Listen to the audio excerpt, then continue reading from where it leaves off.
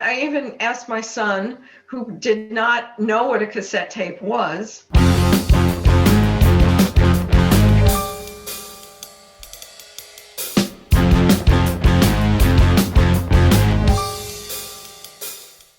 Hi, I'm Vinnie Corbo, publisher with Volossal Publishing, and I'm here again with Catherine Gigante-Brown, one of Volossal's premier authors and one of the longest authors that we've had and published the most books, which gives her a unique perspective into the world of publishing and self-promotion and basically the process of working on your own but not alone. And one of the things that we've just done this year, which we're very, very excited about, this is the first for Catherine and a first for Volossal, is we published our first trilogy.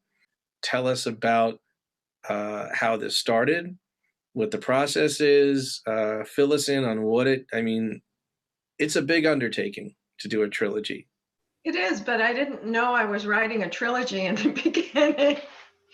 I started with the L, and that was in 2012 with the ebook version. And it was a story that had been bouncing around in my head for a long time about an Italian-American family living in Brooklyn. And it was based a lot on the stories my father told me about his childhood. And so the L did pretty good. People loved it. They loved the Paradiso family. And I remember you told me, you should think about writing a sequel. And I was like, a sequel? I can't write a sequel. What am I going to write about? But the more I thought about it, I kind of went about 10 years into the future, and I picked up the characters as they were a little bit older. Now, Tiger, who was 10 in the first book, he's a young man of about 20, and it ended, I don't want to say how the L ended, but Rosanna was in a very unhappy relationship, and now that's all changed. And so it took the arc of the characters where they would be 10 years later. Relationships that started like Cupid going out with Augie, they end up being married and looking at having their first child. So it was just kind of a natural progression. And people loved the Bells of Brooklyn. That was a sequel. And then you said to me, I'll never forget, people love trilogies. And I was like, I can't write a trilogy. What am I going to write about? And the more I thought about it, I was like, okay, I could take it this step. There was a very big plot twist at the end of the Bells of Brooklyn, and some people were very sad to see it happen, but I think it happened very organically, and I won't tell you. You guys have to look at the book to see what happened. So I took the Brooklyn Roses, a sequel to the Bells of Brooklyn. I took that about a little more than 10 years later, about 12 years later. And so that was it just happened organically. And you might say as an author, I can't do that, but think that, yeah, maybe I can do that, and just sit down and take notes and see where the characters might go, just like regular people go and progress in their lives and make changes. So never say don't. That's my advice. You made them all their own cohesive package, but they also lend themselves to continuing on if you so choose, because it is a family. It lends itself to moving on. And some books pick up right where the other ones left off. I thought, was delighted when you chose to go 10 years into the future, because I think it just gives enough time for some things to have changed for us to be interested in where you are now. So several very smart things you did when approaching this. Thank you. I tried to make them standalone books so that you didn't have to read all three to understand what was going on. And I explained in Brooklyn Roses and in the Bells of Brooklyn that Rose was married to a very mean character.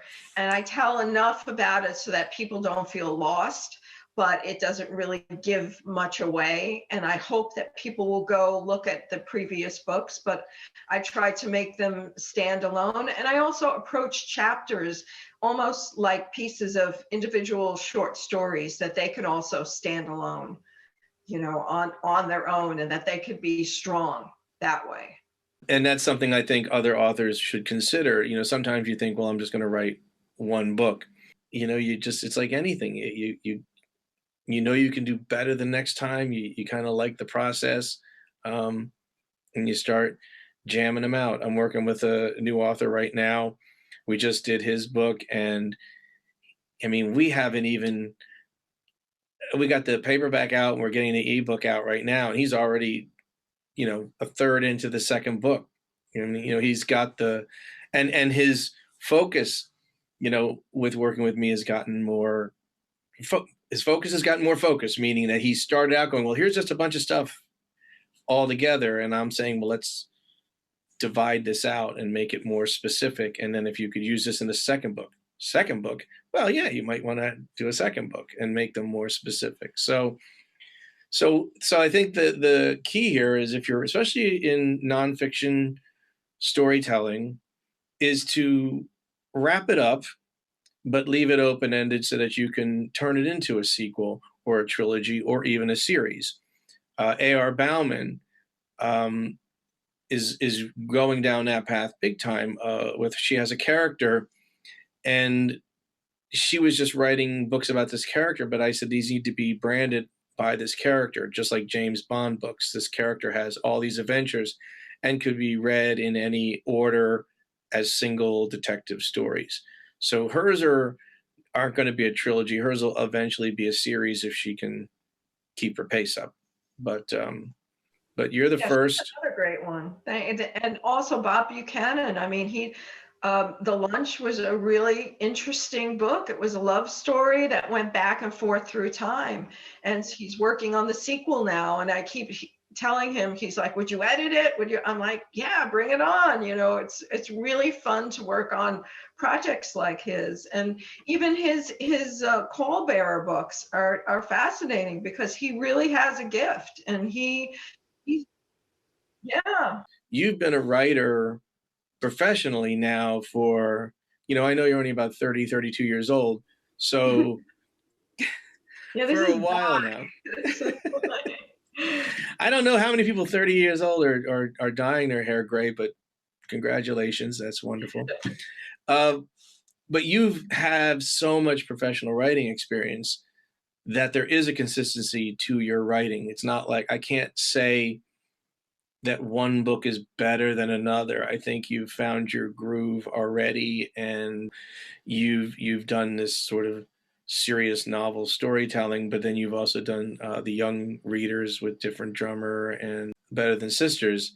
And Different Drummer, you even went with this pattern that I had never seen before, which is the book is sort of told back and forth. Every other chapter is a diary entry, and then every other chapter, a juxtapose of those is somebody else's accounting of what happened.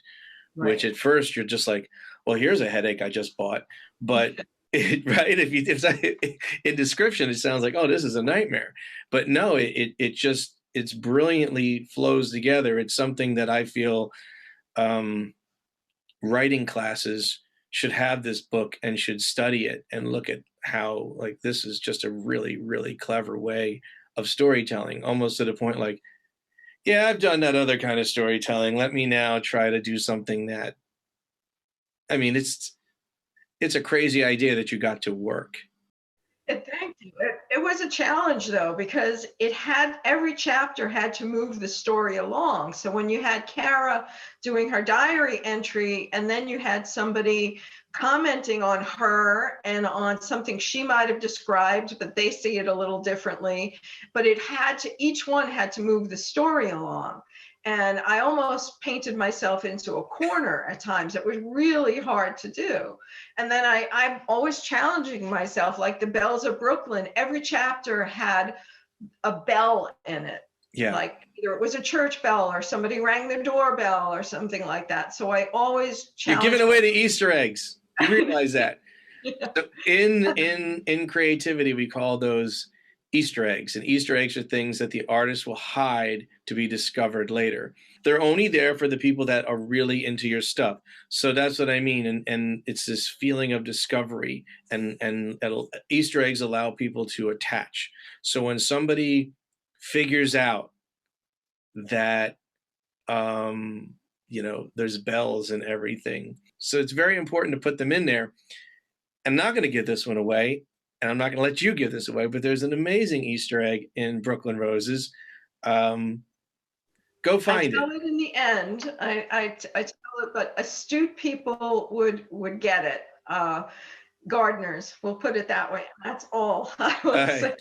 But that's one of the things, you've done without having to be told to do it. It's just part of the expansive creative process, that giving the consumer more. So see, you're smarter and more creative than you even realized. So back to the trilogy. One of the things that I've been talking about that I want to do is I want to be able to sell it as a trilogy.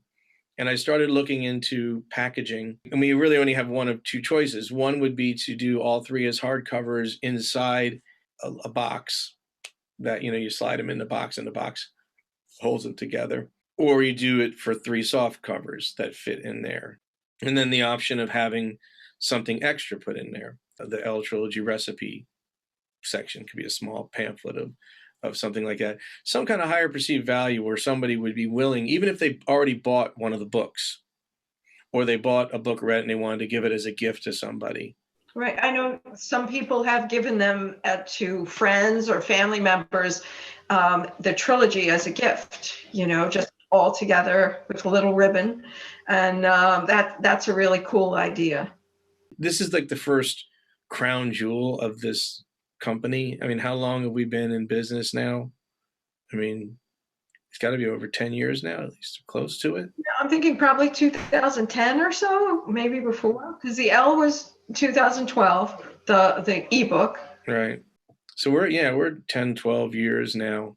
And you did something really great. I mean, you started a company because you wanted, your friends wrote all these books that you wanted to read. They couldn't get them published with a traditional publisher. So, you started Volossal because of that. And I thank you for it.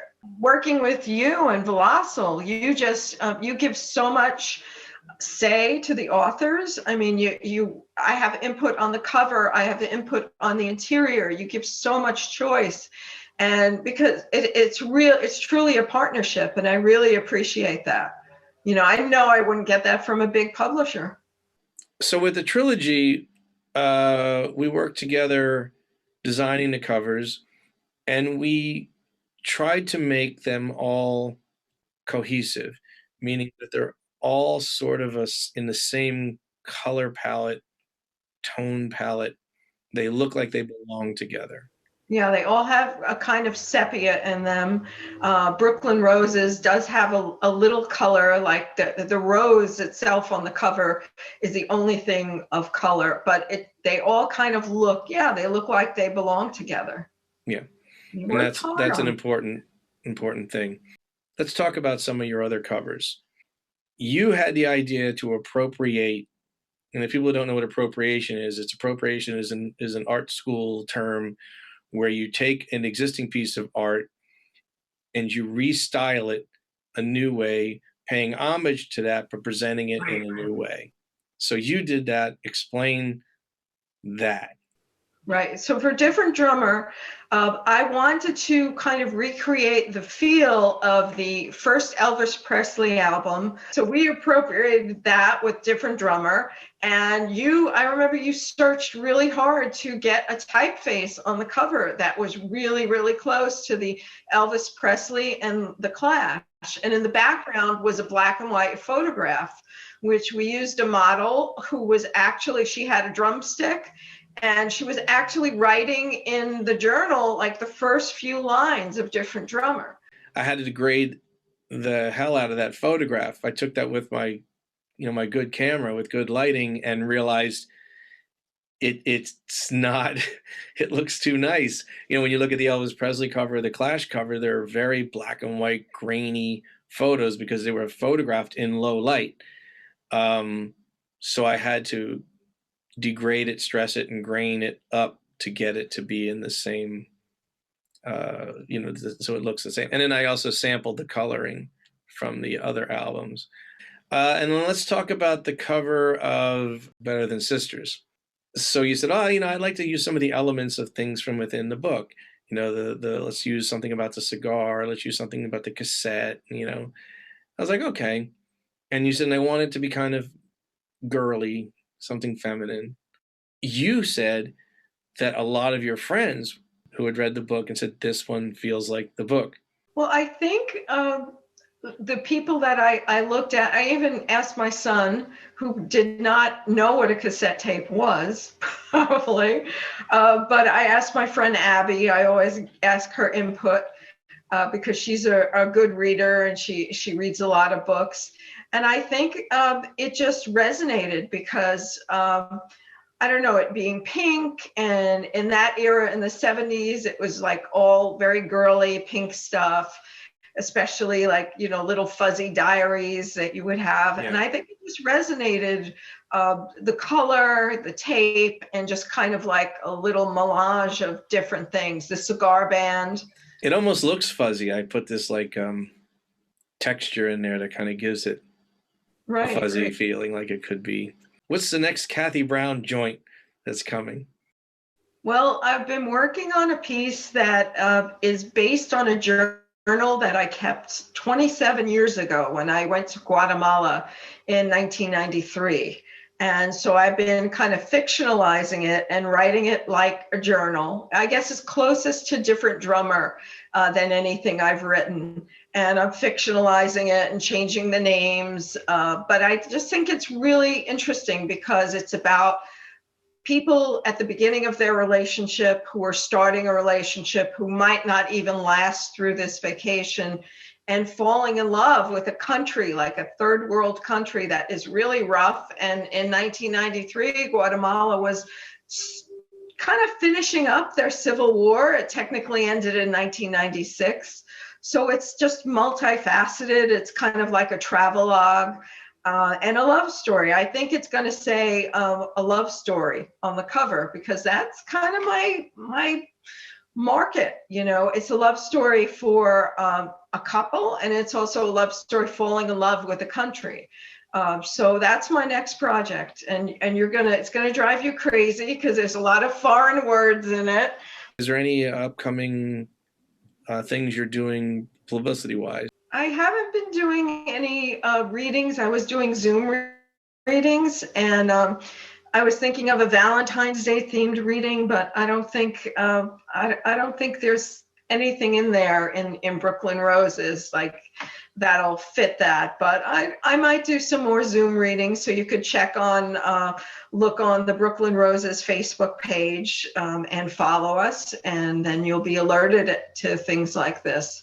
I'm looking forward to doing in-person readings because it's just nice to have the interaction with the audience and hearing people laugh or hearing people sigh, so I miss that one-on-one. Any advice for somebody who's written a book, what steps they might want to take along the lines of what you've done? For getting it published, or whatever you think, like what did you do to get where you got? I sent my first book around to traditional publishers, and I was really close to getting it published with Dutton, but the editor who was pitching it, like nobody else agreed with him. And I went with a smaller publisher and got a really personal product and had a lot of input. So I'm saying, like, don't overlook the small guys because you really get a big impact with the type of product they really care. Really what you put out, and you put a lot of love and a lot of passion into it. So go with, don't think that you have to go with like a name publisher, and then promote the hell out of it because you worked on it really hard, you love it, and make other people love it. And it's really interesting because it's very fulfilling because people relate to something that you think is a really personal story, but strangers relate to it. And it's a really good way to give back to somebody, especially in the pandemic. It just, people need interaction. We need each other.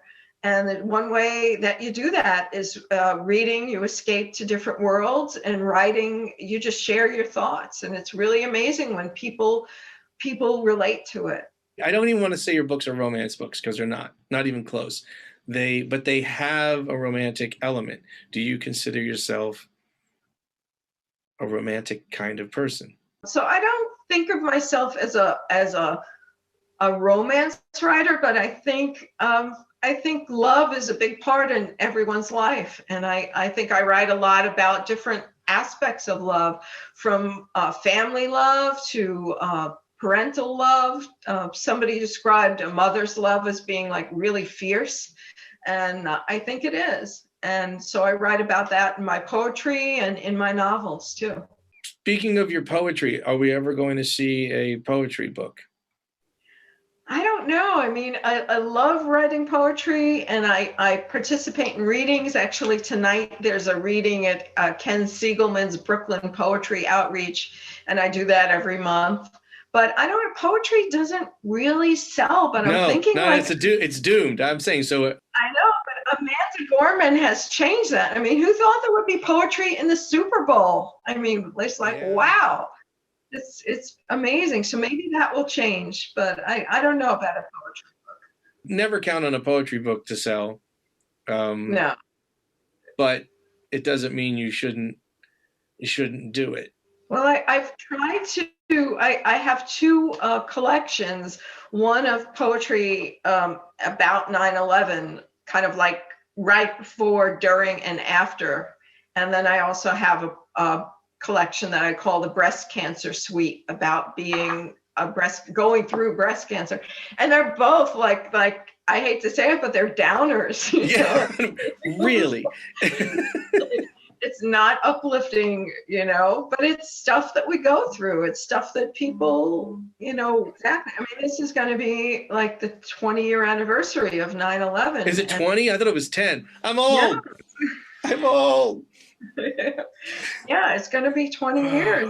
And I know some widows, and we lost some friends in 9/11, and it's still very, it still hurts, and I think it's always going to. There's holes in this neighborhood in Brooklyn where I live, and but a sell of a book of poetry is a really tough thing. So let's answer this. How important is it that the book sells? I don't know. I mean, I think it has to make back the initial investment. Why? I don't know. Well, okay, when you go and buy a fancy car, people who buy Porsches and Jaguars, or they buy jewelry, or a guitar that's clearly costs more, there's a part of the guitar that just needs to play, and a part of the car that needs to drive, and anything above that is extra. And then there's vacations and experiences and all that stuff. All these things, that anything beyond food and health and all that stuff, how you spend your money, So I look at it. I've made plenty of albums that I know are not going to sell. I know ones that people are going to like, and I even called one Inaccessible as a joke, because I know it's not accessible. People aren't going to like it. Some people did. And the people who like that album really like that album. Just because it wasn't going to make the money back, I didn't make it to make money. I made it to make art. Right. And every time you buy a canvas and paint on it, is it to sell it, to make? I mean, we all have to do things to make money, but at the same time, I think some of the truest art is the stuff that isn't intended to make money. It's certainly nice to. We need those certain ones to work, and that's why you see some of these actors do really cornball movies, because they got paid a lot of money, which affords them the opportunity to do the indie film that they know isn't, going to make a lot of money. Right. So my argument would be, does it need to make back the initial investment, or are you putting something into the universe that's very necessary, that certain people need it? And I feel like, well, we've got this vehicle right now with Ingram that allows us to put stuff into the world that we didn't have before. Like we just weren't able to get our material into every outlet possible, and now we can. And you just don't know that something might catch on. But the idea of creating something because it's going to catch on, well, then you're never going to get any pure creations. Right, that's true. Frank Moore once told me the most honest art is the stuff you do that you don't think anybody's going to see. It's the doodles on the side of your notebook. It's the stuff you do in the shower. It's the little things like that are the purest expressions of humanity. And that's what he used to try to do in his live performances, to have people come on stage and express themselves without any pretense. So that would be my argument for doing it. Because it matters to me. I mean, sometimes when I'm editing, I'm like, does this matter to anybody else but me? But when I put something out there, I mean, people write to me and people tell me, like, I finished reading Brooklyn Roses on the express bus to work, and I sobbed, you know, and just things like that really mean something. Like you touch somebody, you make a difference. And I think that's why we make art, is to make a difference, to reach out to somebody who has a completely different background. I mean, this is a guy, he's like, comes from a Haitian background, and yet he's reading about this Italian American family in the 1960s, and he's crying on the bus. Yeah. You know, that's great. That is great. Well, and the other thing that both you and I do, is we spend an exorbitant amount of painstaking time getting all the little details right. And so I would then, devil's advocate to you, well, if we're just trying to make money, we're going to sell the same amount of books, whether we have the leading correct or whether we've got hyphens or not. I mean, when you see some of the garbage that these self-publishing things, oh, send us your Microsoft Word document, and they throw it in this thing, and you get back this thing where it's just, I've never seen anything so visually offensive in my entire life. But we will literally fix every single tiny detail, and both of us are so committed to doing that. And I don't think it has anything to do with how many we're going to, I don't think we're going to sell 10 more books because we've done that. But for us, there's a certain sense of pride. It makes a difference to us. Yeah, I think with Brooklyn Roses, we went through like 9 different versions of it, like correcting commas, and no, Manacota has to be in italics, and you were like, no, it has to be right. You know? Yeah, it has to be right. I'll do it over and over till it's right. You know, you're a role model for any, I would call it, say, indie author. Even though you're not so much of an indie author anymore, but you know, you're sort of the poster child for that. Someone who started nowhere and has gotten this many, you know, projects out. There's so much product and so many amazing hurdles. That, yeah. So to me, the concept of a poetry book, whether it makes money or not, I'm into it. Okay, well, we did, you know, you published Serena's book, Backstage Girls, which is like so gorgeous, poetry amazing. and photographs. When the book came out, I had a couple cases sent to her, and she called me on the phone crying, and I was like, hello? And she just crying, she just went, it's beautiful. And that's it. That's all I don't need anything else. You know what I mean? That's it. That's like that's what it's all about. Like, she's happy with her book. She loves it. And she's another one, just stupid talented, like just ridiculous. And she sends me her art. Has she sent you any of her artwork? Like, yes, she has. She's not selling it to me. Now, I know some of this stuff. I look at it. It's taken her hours to make that stuff. I'm like, do you want any money for this? No, darling. It's a gift. It's a wonderful gift. It's a wonderful gift. You should be really proud. You have this wonderful stable of different kinds of authors and different types of books. And it's just, it's almost like this dysfunctional family that works works amazingly well. So Yeah. thank you for making this beautiful creative outlet for a whole bunch of people. Well, we're having a good time. We are. Catherine Gigante-Brown, author extraordinaire. The like I said, the one who's kicking some serious butt on Volossal, and extremely proud to have her on this label. Thank you again for Thank joining you. us, and good luck with everything. Thanks.